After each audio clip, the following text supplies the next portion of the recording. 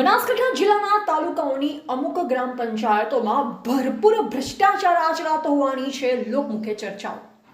એક જ કામના વારંવાર બિલો પાસ કરાવાય છે, કેવી રીતે સરકારશ્રીને આંખે પાટા બાંધી દેવાય છે।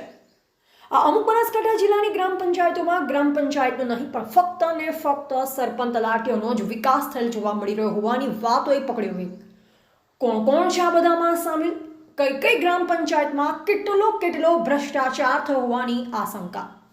વિકાસશીલ એમએલએ, એમપી, ટીએસપી જેવી સરકારી ગ્રાન્ટોમાંથી કામો લઈ એકના એક કામોને વારંવાર ઉપરા છાપરી બતાવી કૌભાંડો આચરવામાં માહિર આ સરપંચ તલાટીઓનો પર્દાફાશ ક્યારે? કયા સરપંચોની ગ્રામ પંચાયતનો નહીં પણ ફક્ત ને ફક્ત સરપંચોનો જ થયો વિકાસ? વિસ્તૃત વિસ્ફોટક અહેવાલ ટૂંક સમયમાં। બનાસકાંઠા જિલ્લામાં સરકારશ્રીના લોકોના હિત માટે કરવાના થતા વિકાસ કામો પોતાના હિત માટે કરતા હોવાની લોકમુખે ચર્ચા।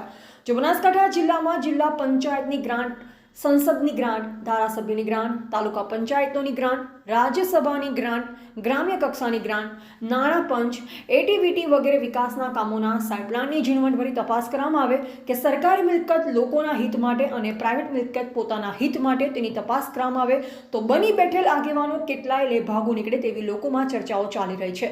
વાત કરવામાં આવે તો કોઈ પણ જમીનદાતા શાળાના ઓરડા માટે જમીન આપતા હોય તો સ્ટેમ્પ પેપર લખી જે તે પંચાયતને સુપરત કરવાની હોય છે, તો સરકારની લાખો રૂપિયાની ગ્રાન્ટો કેમ કોઈ પણ વિકાસના કામો બતાવી પોતાના રોટલા શેકતા હોય તેવી શંકા સેવાઈ રહી છે। એવા જયંતિભાઈ ઠક્કર, સિહોરી, કાંકરેજ।